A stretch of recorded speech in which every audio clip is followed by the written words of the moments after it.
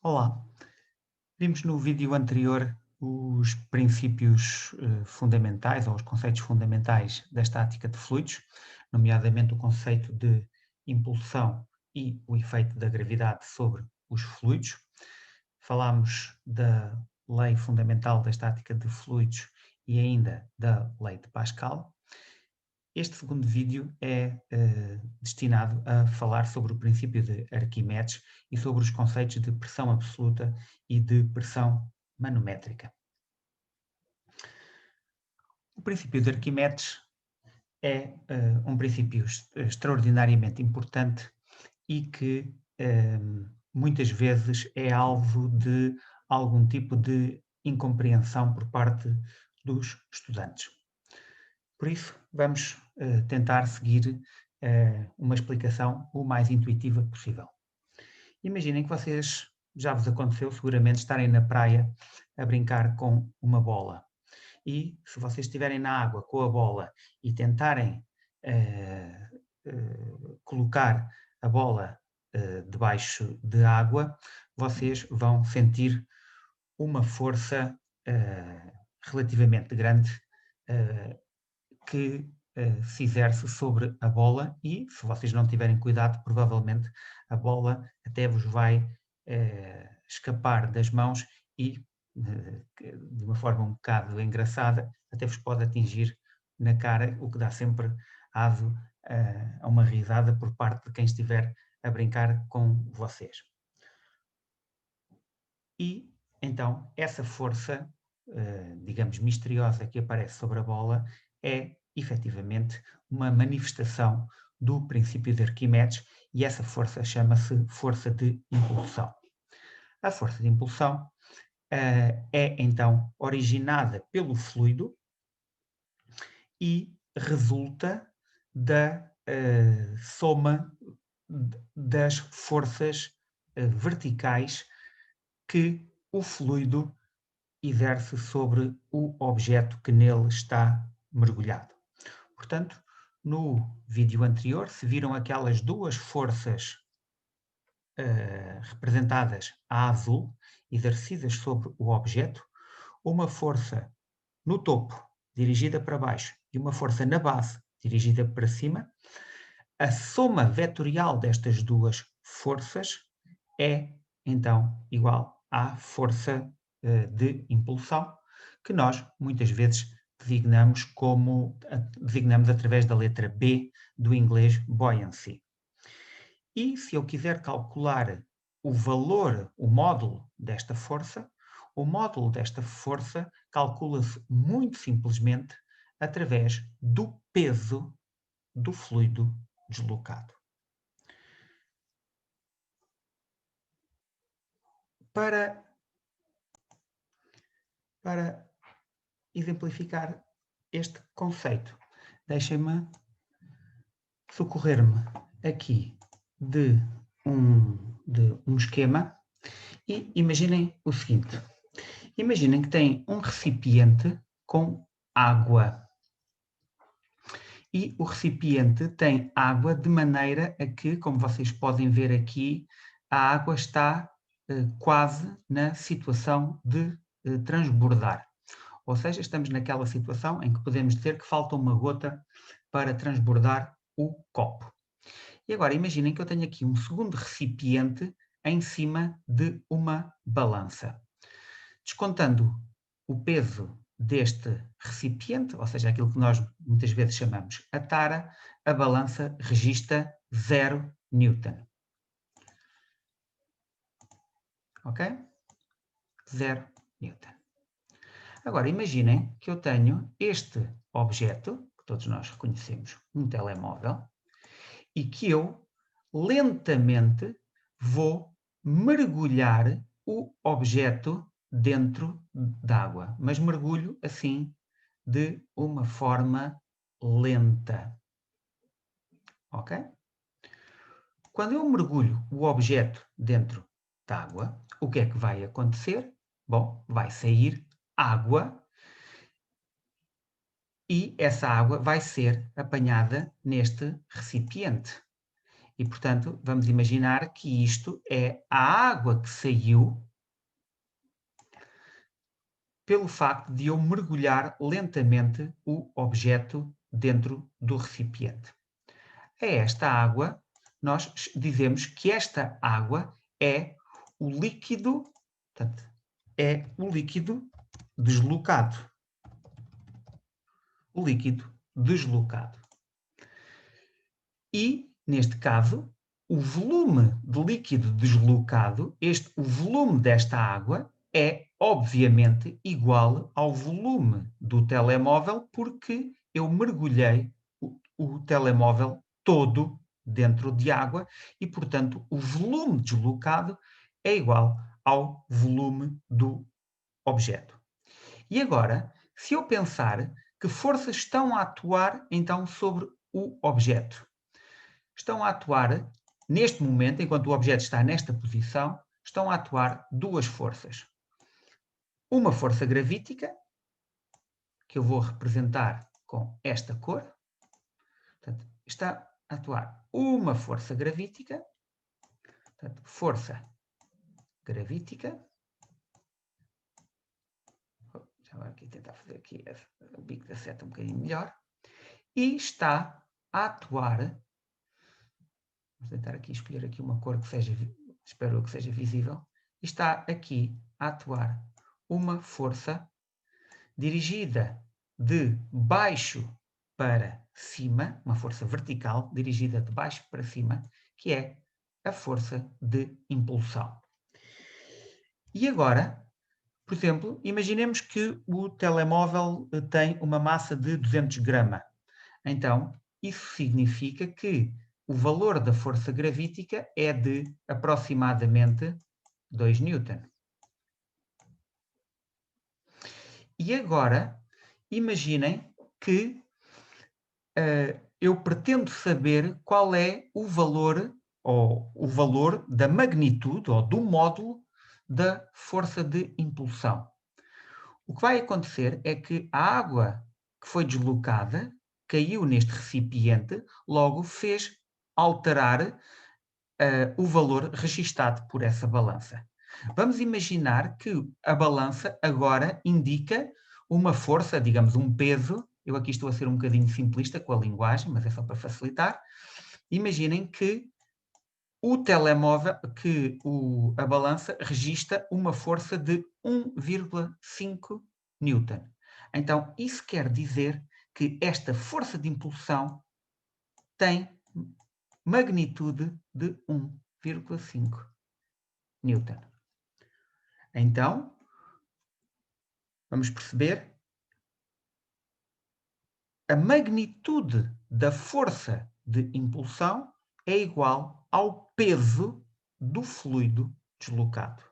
Ou seja, eu mergulhei o telemóvel, saiu uma X quantidade de água, o volume desta água, neste caso, é igual ao volume do telemóvel, porque o telemóvel está todo dentro de água.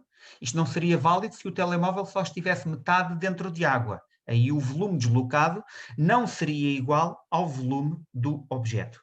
Mas neste caso, como o objeto está todo dentro de água, o volume deslocado, ou seja, o volume de água que está do lado esquerdo, é igual ao volume do objeto. E se eu agora pesar esta água que foi deslocada, vamos imaginar que o peso desta água é 1,5 newton, então isso significa que esta força de impulsão para cima é 1,5 newton. Neste caso, a força resultante é uma força para baixo, claro, portanto, a força resultante é uma força para baixo com 0,5 newton. O que é que isto significa? Significa que o telemóvel vai afundar e até ficar no fundo, portanto, até ficar no fundo do recipiente. Ok? Mas a ideia que eu quero que vocês fiquem é que o valor da força de impulsão, que é uma força vertical dirigida de baixo para cima, é igual ao peso do fluido deslocado. Ok? Pronto.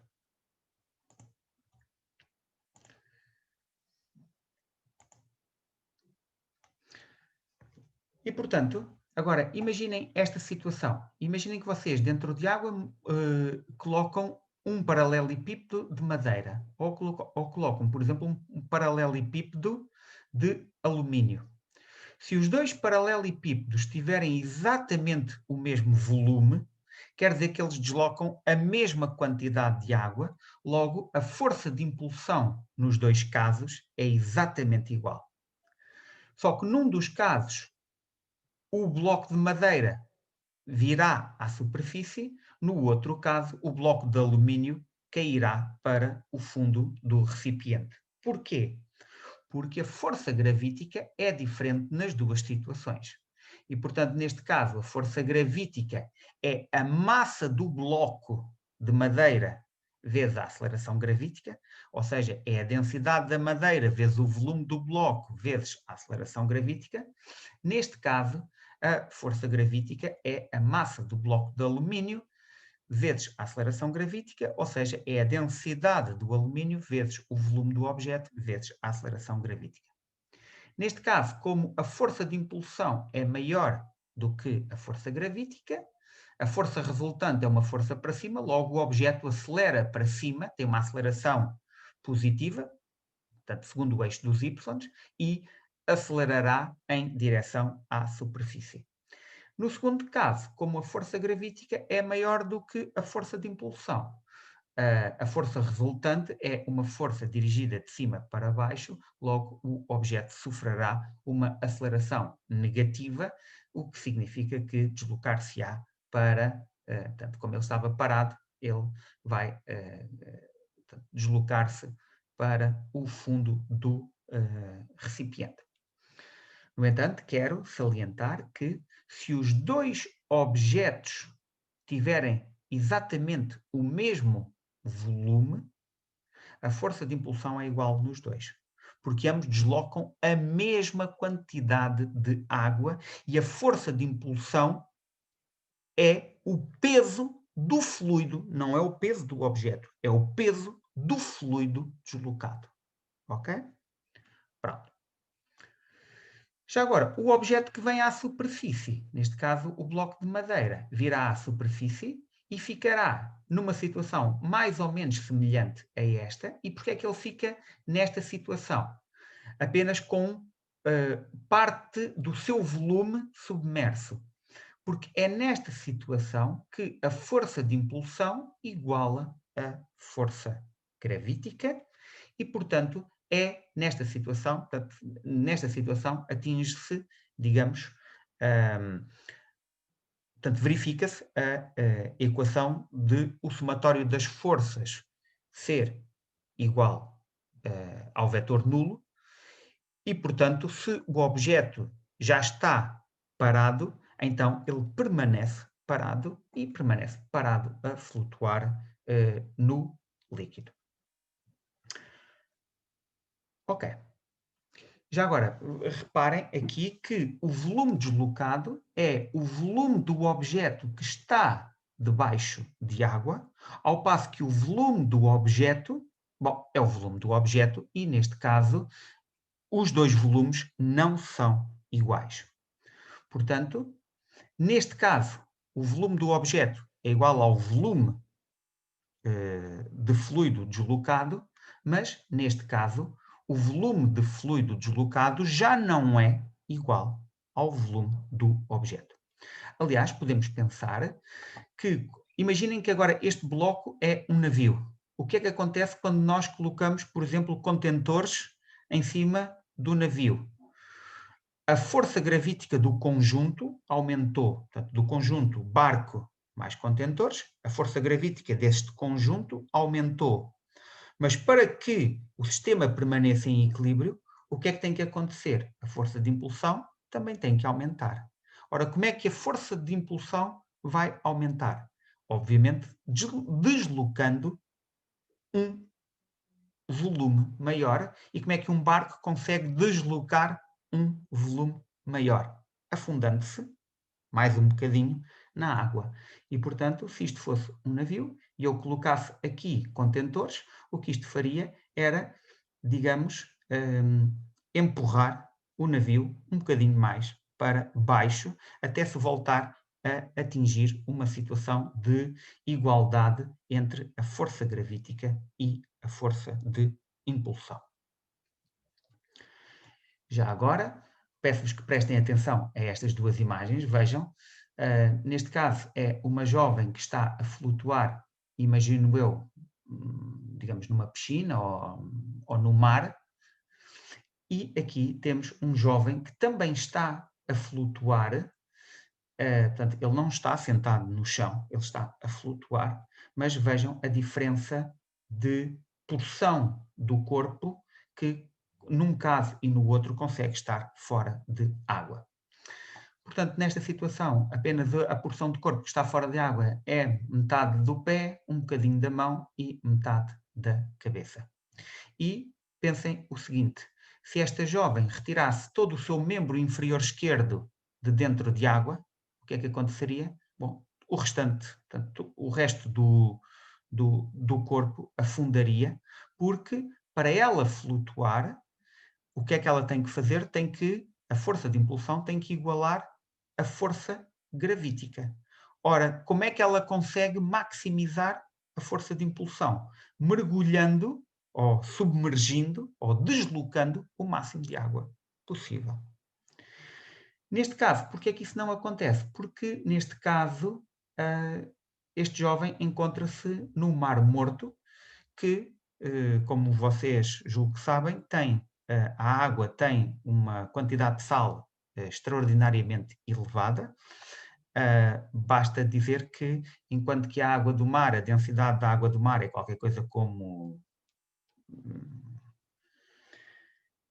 1005 ou 1010, não, mas 1005 julgo eu, 1005 kg por metro cúbico, no Mar Morto estamos a falar de 1400 qualquer coisa, portanto 1400 e qualquer coisa quilograma por metro cúbico, exatamente porque existem muitos sais minerais na água. O que é que isso significa? Significa que, neste caso, para que a força de impulsão igual à força gravítica deste jovem, não é necessário deslocar tanta água. Portanto, não é necessário deslocar um volume tão grande de água como nesta situação. E, portanto, o jovem tem ainda as pernas e quase os pés fora de água, os antebraços também fora de água e os ombros e a totalidade da cabeça fora de água. Ok? Já agora, quem descobriu isto foi o senhor Arquimedes. O problema, portanto, julgo que todos vocês conhecem a história. O rei Heron II tinha uma pequena porção de ouro. Vamos imaginar que era meio quilo, eu não sei os valores exatos, mas vamos imaginar que era meio quilo de ouro. Meio quilo é basicamente o tamanho de uma almôndega. Portanto, se vocês tiverem meio quilo de ouro, é mais ou menos o tamanho de uma almôndega. E ele deu esta almôndega de ouro ao seu ourives para o ourives lhe fazer uma coroa. E quando o ourives lhe entregou a coroa ao rei, ela realmente tinha meio quilo, porque o rei tinha dado meio quilo de ouro e a coroa tinha vindo com meio quilo, como era de esperar. Só que a coroa era muitíssimo grande. E o rei ficou desconfiado, pensando que, se a coroa era tão grande, talvez o ourives tivesse feito batota e tivesse retirado ouro para si e colocado prata.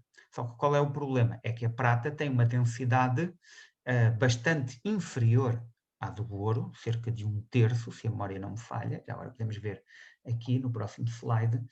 Portanto, o ouro 19,3, a prata 10,5. Não, cerca de metade. Portanto, um bocadinho mais de metade. Tinha dito 1/3, mas não. Um bocadinho mais de metade. Ora, para dar meio quilo, para que a coroa ficasse com meio quilo, o que o ourives estava a retirar de ouro tinha que pôr de prata, mas essa prata tinha que ter, digamos, tinha que ter o dobro do volume, ou tinha que ocupar o dobro do volume que ocuparia se fosse em ouro.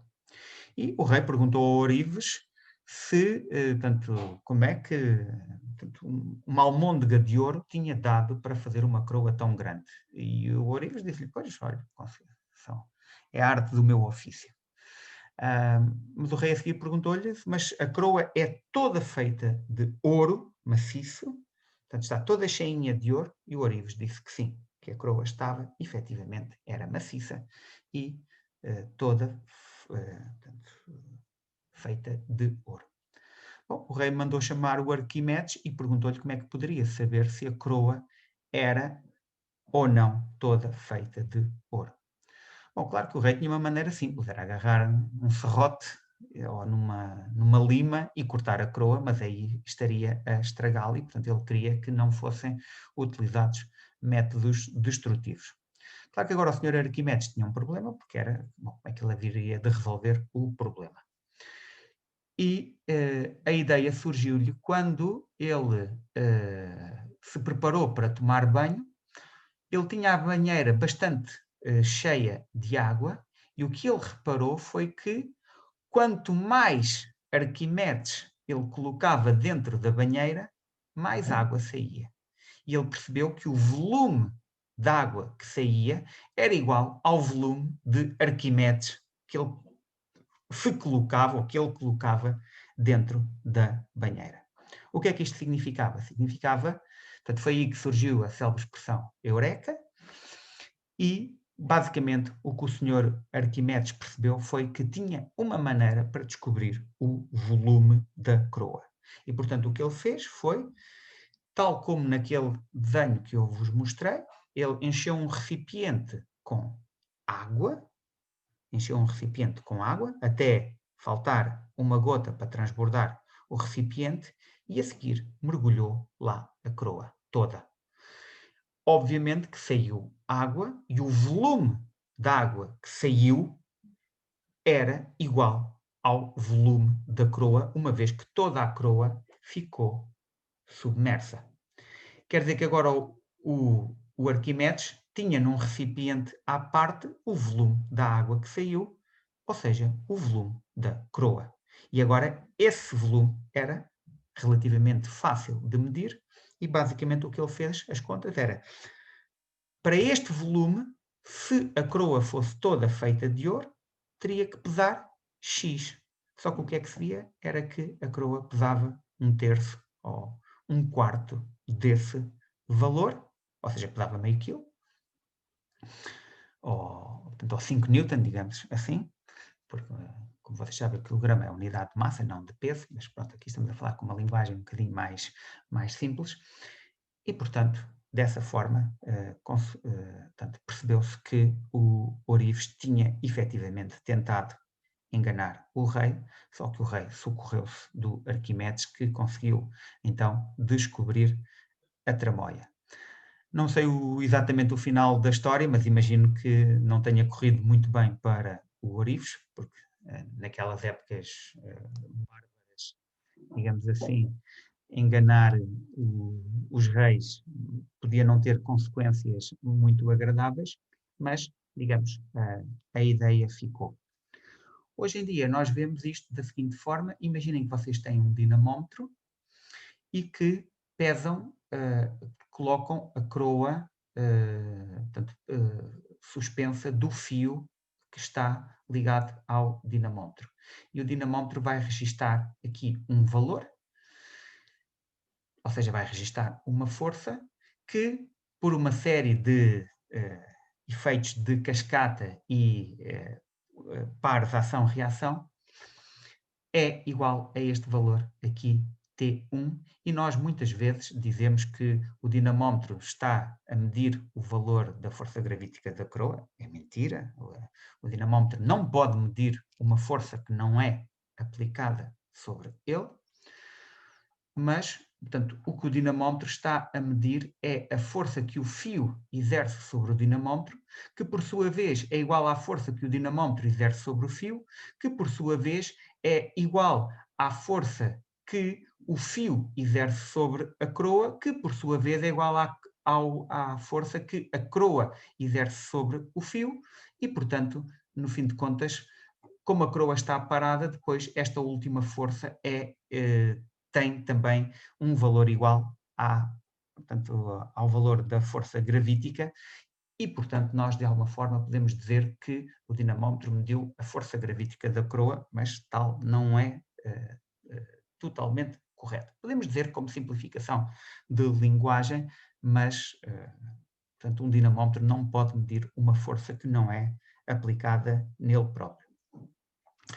Agora, se eu colocar a coroa dentro de água, o que é que vai acontecer? A força gravítica mantém-se. Às vezes as pessoas dizem que a coroa dentro de água pesa menos. É completamente errado, porque a força gravítica é uma força entre a Terra e o objeto e não se altera pelo facto do objeto estar dentro de água, fora de água, dentro de vinho ou dentro de champanhe. E, portanto, a força gravítica mantém-se. O que vai acontecer é que sobre a coroa vai aparecer uma força de impulsão B, logo o dinamómetro vai registar um valor T2 menor do que o valor T1.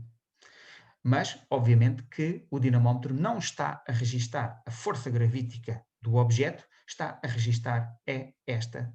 Portanto, está a registar uma força que é igual, ou tem valor igual, a esta força T2 que o fio exerce sobre a coroa, para que a coroa permaneça parada. Logo, o somatório destas três forças tem que ser nulo. E, portanto, a diferença entre T1 e T2 é o valor da impulsão. Sabendo a densidade do fluido, eu posso, então, sabendo que a força de impulsão é a massa do fluido vezes a aceleração gravítica e que a massa do fluido é a densidade do fluido vezes o volume deslocado, o volume de fluido deslocado, eu desta forma consigo então determinar o volume do fluido deslocado e, portanto, a seguir faço as minhas contas. Se este volume fosse todo de ouro, ou fosse todo de prata, ou fosse todo de platina, ou de outro material qualquer, então o peso teria que ser, ou a massa teria que ser X, mas eu sei que o objeto tem massa Y e se X não for igual a Y, neste caso, quer dizer que o objeto não é feito só daquele material. Já agora, efetivamente, o Ourives podia-se ter safado se ele tivesse dito ao rei que a coroa tinha ar lá dentro, ou seja, que ele tinha conseguido deixar espaços com ar, e era perfeitamente justificável. Portanto, ele podia dizer, olha, deixei espaços com ar para, no fim de contas, conseguir que a coroa tivesse um aspecto maior, exatamente para que, quando Vossa Majestade estiver na presença de outros dignatários, portanto, dar a impressão de que tem efetivamente uma coroa muito grande. E, portanto, se o Ourives tem dito isto, o Arquimedes não tinha a mínima hipótese para descobrir se a coroa estava ou não falsificada. Mas o Ourives tinha garantido que, portanto, a coroa era maciça, ou seja, que estava toda cheinha, como um ovo, digamos. Portanto, não tinha ar lá dentro e, portanto, aquilo correu mal. Pronto, já agora, suponha que o dinamómetro, mais um exercício, suponha que o dinamómetro do slide anterior registava para a coroa do rei Heron II um valor de 7,84 Newton com esta fora de água e um valor de 6,86 Newton com esta dentro de água. Qual deveria ser a conclusão de Arquimedes? Portanto, ok, já sabemos que portanto, a coroa está falsificada, já agora, portanto, o socorrente destes valores, vejam efetivamente que a coroa estava falsificada. Depois, num vídeo à frente, eu apresento as soluções deste e dos outros exercícios. Já agora, se quiserem levar o vosso estudo um bocadinho mais adiante, tentem descobrir qual é a percentagem de volume ou a percentagem de massa. Não, as percentagens não são iguais, mas uma delas, a percentagem, pode ser a percentagem de volume da coroa, que para estes valores é ocupada por prata e qual é a percentagem de volume que é ocupada por ouro. Ok? Já agora é um excelente exercício para se divertirem para se divertirem a pensar nele aí durante, 15 minutos. Ok.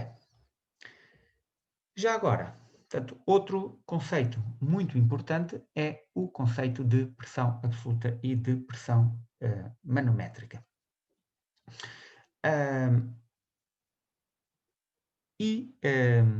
Digamos, alguns dos primeiros estudos sobre as pressões foram feitas no século XVII, nomeadamente pelo Sr. Otto von Guericke, também por um senhor italiano chamado Evangelista Torricelli. Depois, estes trabalhos destes senhores chegaram a um físico inglês chamado Boyle, e, portanto, são estes alguns dos físicos mais proeminentes no estudo das questões relacionadas com as pressões e depois com um termo muito importante que nós já vamos ver a seguir. Então, deixem-me começar por vos falar então no dispositivo que vocês podem ver aqui à direita, que foi inventado então pelo Sr. Evangelista Torricelli. O Sr. Evangelista Torricelli um dia verificou que mergulhando, digamos, um copo dentro de água e virando, portanto, enchendo o copo com água e depois virando a boca do copo para baixo, quando ele tentava retirar o copo do líquido, portanto, da água, o copo permanecia cheio de água. Ok, para isto ser um bocadinho mais fácil de visualizar, deixem-me aqui socorrer-me deste exemplo. Portanto, imaginem que vocês têm um recipiente com água. Imaginem que vocês têm um recipiente com água. Ok, vou pôr assim.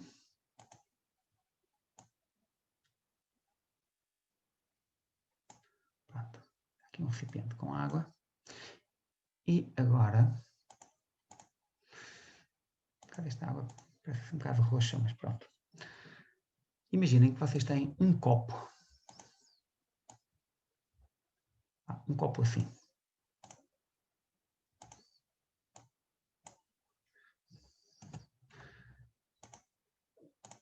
Agora, imaginem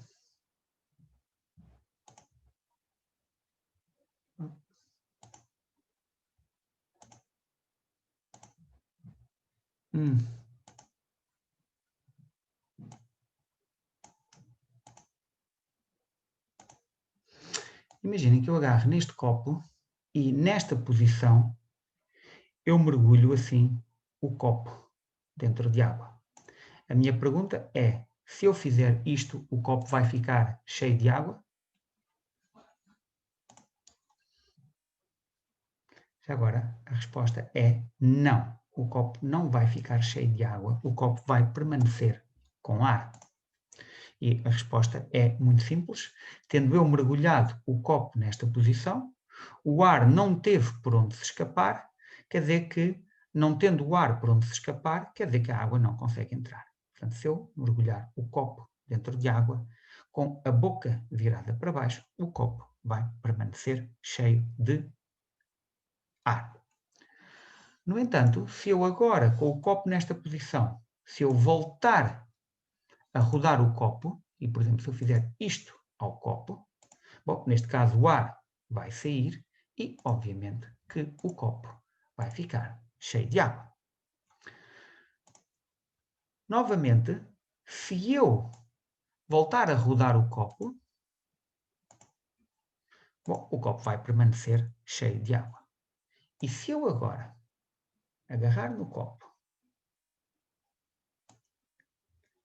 e fizer isto,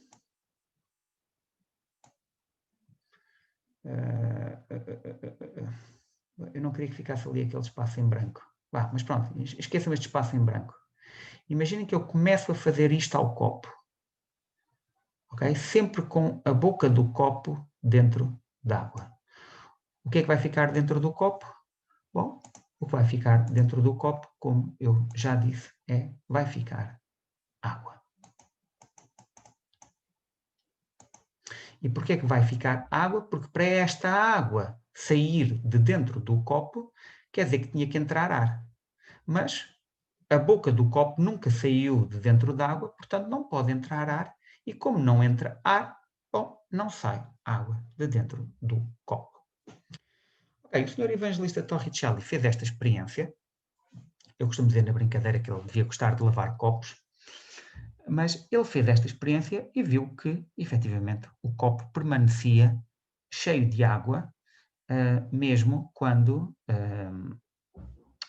portanto, ele retirava a maior parte do copo de dentro de água, mas tendo sempre o cuidado de deixar a boca do copo dentro de água, exatamente para que não entrasse ar. Bom, e o senhor evangelista Torricelli teve, então, a seguinte questão. Bom, até que altura é que se verifica isto a acontecer? Então imaginem que este copo aqui tem 20 centímetros. Imaginem que este copo aqui, portanto, daqui até aqui são 20 centímetros. 20 centímetros.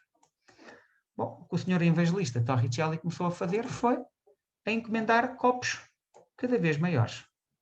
E, portanto, ele encomendou um copo. Eu agora não me lembro exatamente quais foram os valores de altura dos copos. Bom, mas ele a seguir, vamos imaginar que pediu um copo com 40 centímetros. Fez a experiência e o copo permaneceu cheio de água. Bom, e ele agora, então, se com 40 centímetros ou 50 centímetros, agora vou pedir um copo com 1 metro de altura. Então, ele pediu um copo com 1 metro de altura.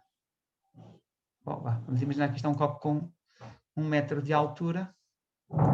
Bom, e o copo permaneceu com água.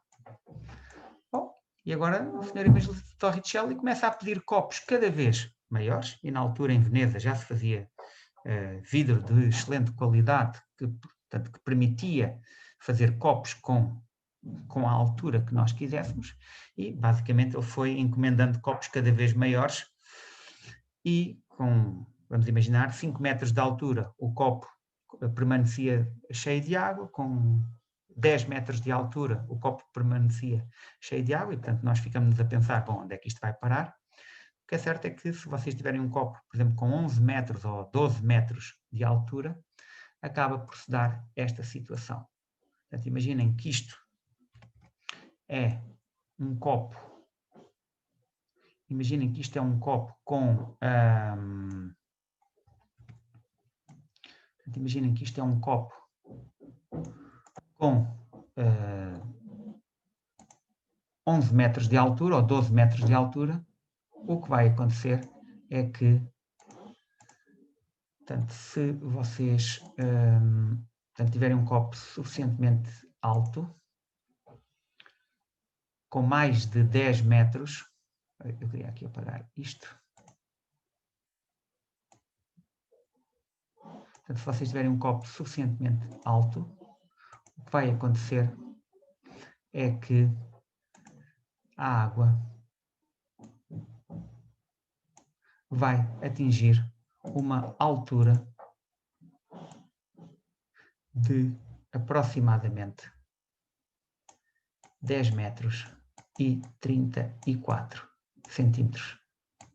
Portanto, 10,34 metros. E agora podemos nos perguntar, bom, então o que é que está aqui?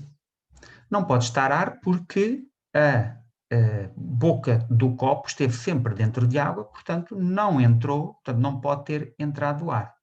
E vemos também que não está cá água, porque vemos que a água só está até esta altura.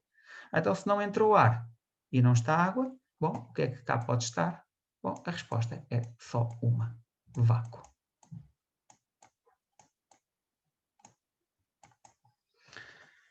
Atenção, no século XVII, a ideia de vácuo era uma ideia perigosa. Aliás, era descrita como até como, portanto, através da expressão horror ao vácuo. Portanto, era uma ideia que não era, aliás, convinha não ser pronunciada de ânimo leve, porque basicamente era uma ideia que tinha fortíssimas implicações, até do ponto de vista teológico. Porque as pessoas acreditavam que tudo tinha sido feito por Deus, a água, a terra, o ar, e, portanto, tudo era uma manifestação de Deus. Quer dizer que Deus tinha criado tudo e a sua obra via-se em todo o lado.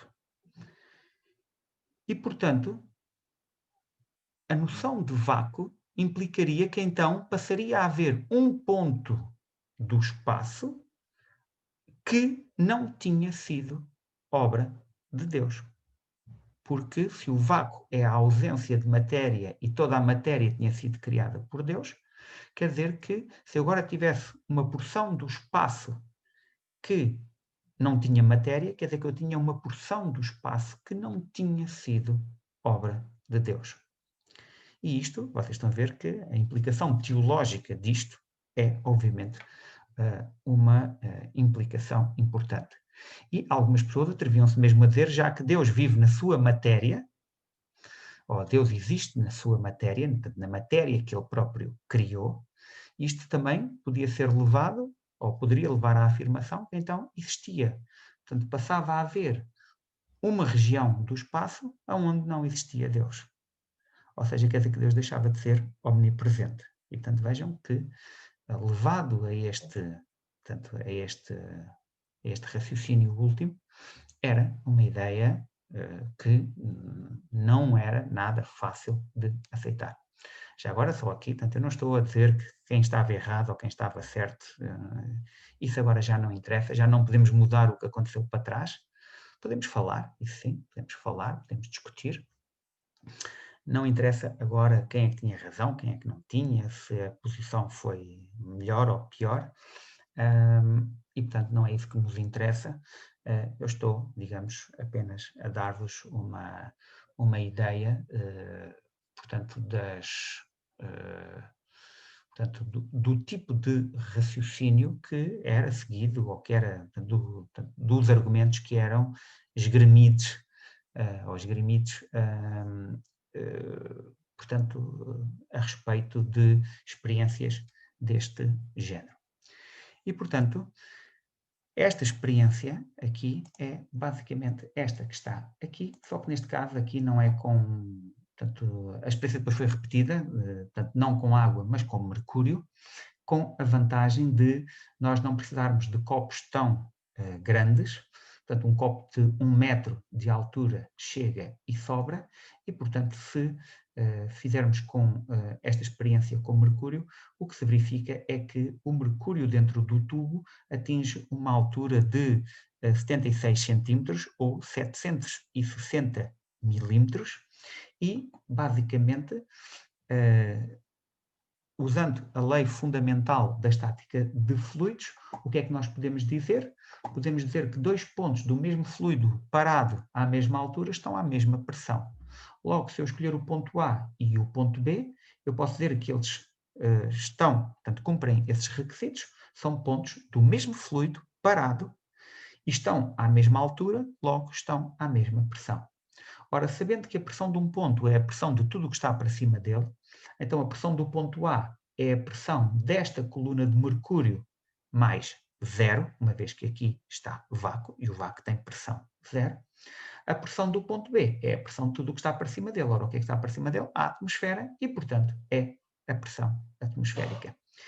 Quer dizer que, desta forma, arranjou-se uma maneira de, pela primeira vez, determinar o valor da pressão atmosférica, e, neste caso, o valor da pressão atmosférica era ρ, portanto, e neste caso, ρ do líquido, portanto, ρ do mercúrio, vezes G, vezes H, e esta pressão, curiosamente, este valor começou a ser dado em milímetros de mercúrio. Portanto, era quantos milímetros de mercúrio é que esta coluna atingia até igualar a pressão da atmosfera, razão pela qual ainda hoje, algumas pessoas indicam as pressões não em Pascal, mas em milímetros de mercúrio. Já agora, o uso do mercúrio também tem uma vantagem, que é o mercúrio tem uma pressão de vapor muitíssimo baixa, logo nós podemos dizer que o vácuo que se gera aqui é um vácuo de boa qualidade, o que não acontece necessariamente com a água, que rapidamente começa a produzir vapor. Isto depois levaria a mais um bocado da história, mas eu não vou entrar nesses detalhes.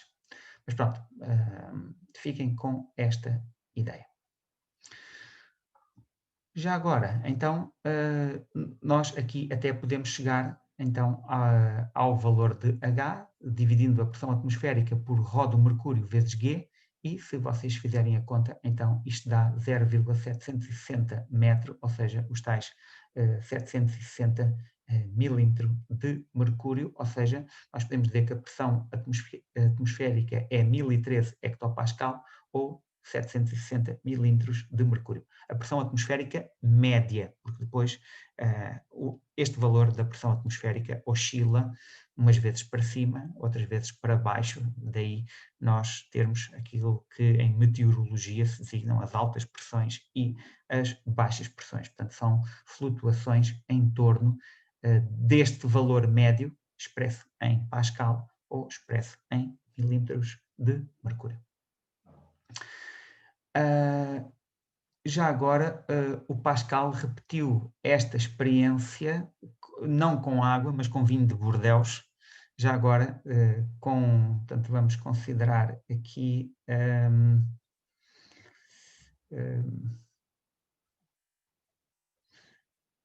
bom, álcool etílico talvez seja uma densidade demasiado baixa, mas tentem pesquisar na internet a densidade do vinho, portanto, é um bocadinho inferior à da água, e vejam qual seria a altura que teriam.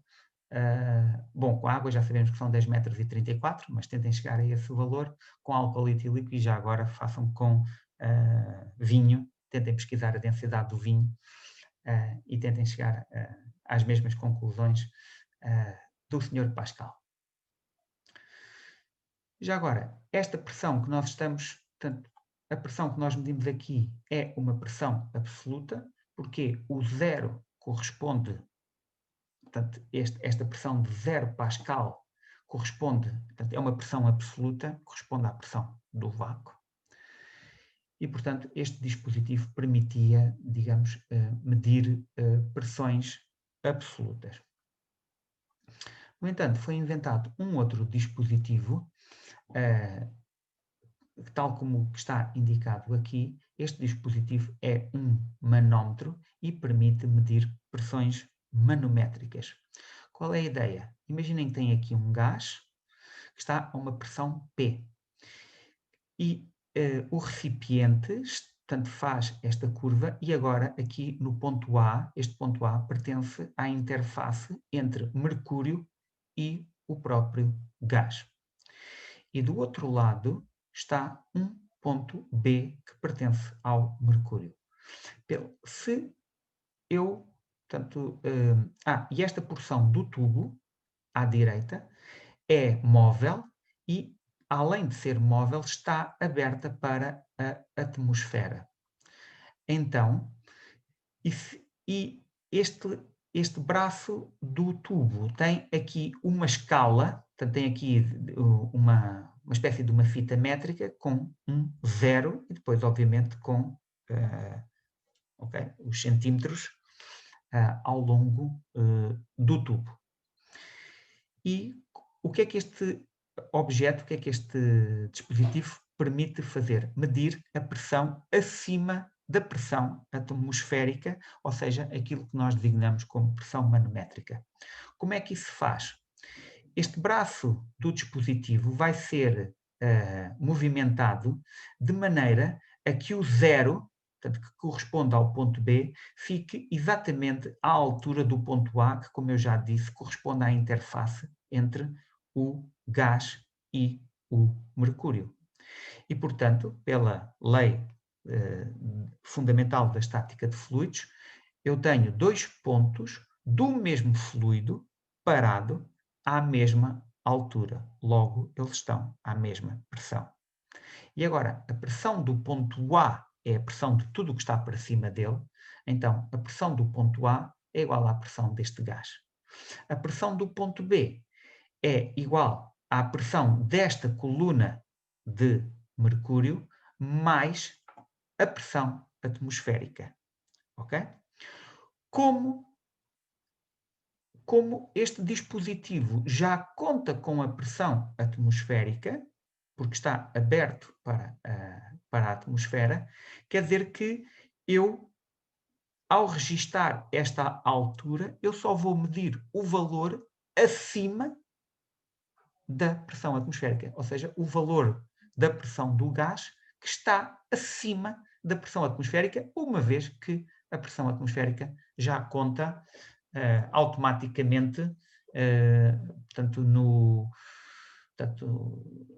quando o dispositivo atinge o equilíbrio. E, portanto, a pressão desta coluna de mercúrio é a pressão acima da pressão atmosférica, já agora também poderia ser abaixo,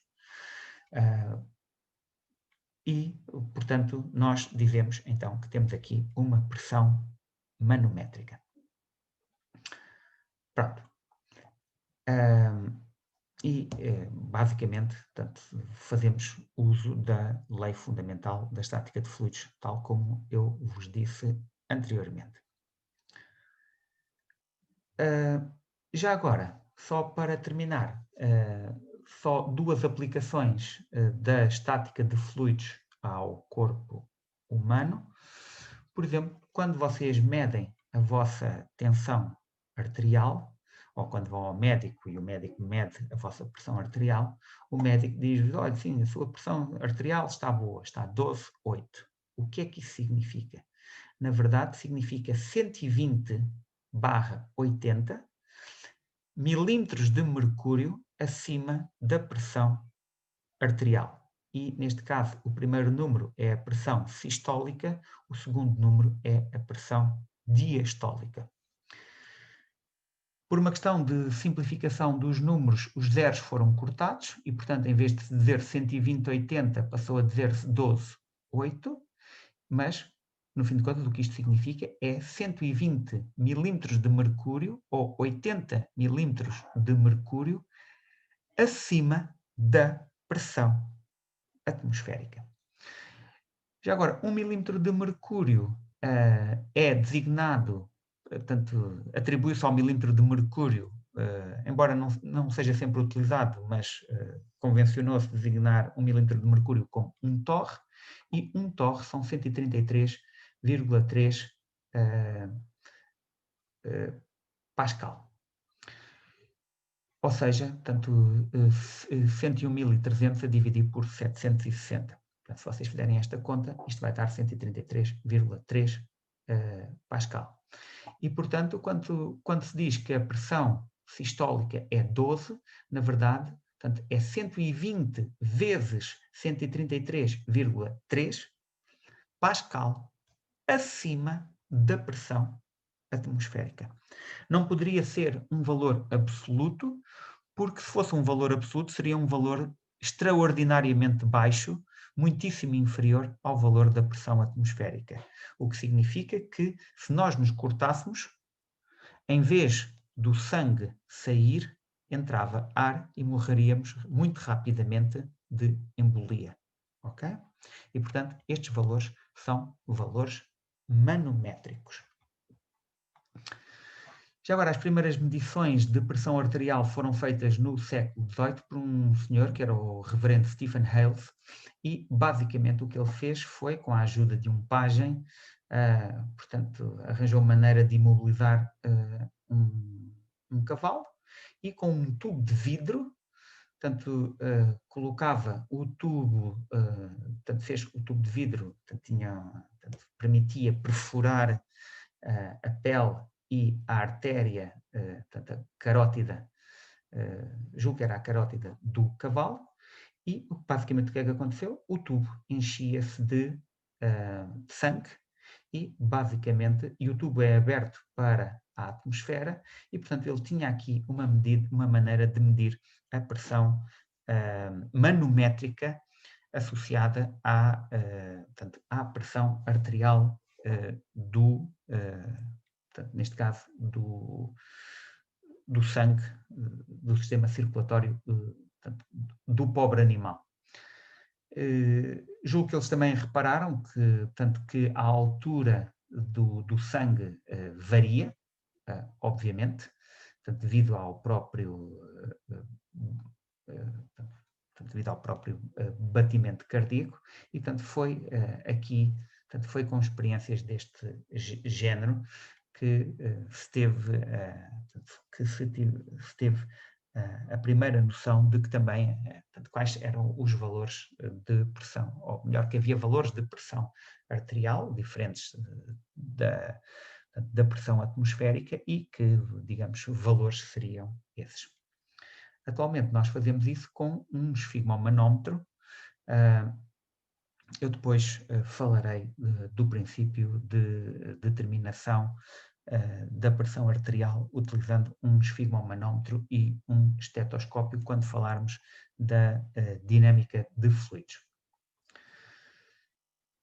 Aqui mais um exercício para vocês resolverem e já agora, portanto, última aplicação, portanto, uma aplicação do princípio de Arquimedes. O nosso corpo utiliza o princípio de Arquimedes, notavelmente no cérebro. O cérebro é muito frágil, tão frágil que se vocês, portanto, colocassem o cérebro sobre a base do crânio, o que aconteceria era que a reação normal seria de tal forma elevada que esmagaria o cérebro. Como é que o nosso corpo compensou isso? Basicamente mergulhando o cérebro num líquido. E que líquido é esse? O líquido cefalorraquidiano. O que é que o líquido cefalorraquidiano vai fazer? Vai produzir uma força de impulsão sobre o cérebro, força de impulsão essa que é cerca de 29, 30 avos da força gravítica do próprio cérebro, o que faz com que a reação normal que a base do crânio exerce sobre o cérebro seja cerca de 1/30 avos do valor da força gravítica. Já agora vocês podem chegar a estes valores tanto sabendo a densidade do líquido cefalorraquidiano, que é cerca de 1007 kg por metro cúbico, e a densidade do cérebro 1040 kg por metro cúbico. E já agora, aqui, neste último slide, eu deixo-vos então este exercício. Aplicando os dados mencionados no slide anterior, obtenham o resultado apresentado. Portanto, tentem chegar a este valor de que a reação normal que surge sobre o cérebro, portanto, que a base do crânio exerce sobre o cérebro, é 1/30 avos da força gravítica. Para isso, considerem, por exemplo, que o cérebro, podem fazer de várias maneiras, mas se for mais fácil, pensem que o cérebro tem, por exemplo, uma massa de 1,5 kg. Se o cérebro tem uma massa de 1,5 kg e tem esta densidade, vocês podem descobrir qual é o volume do cérebro. Depois, esse volume vezes a densidade do líquido cefalorraquidiano vezes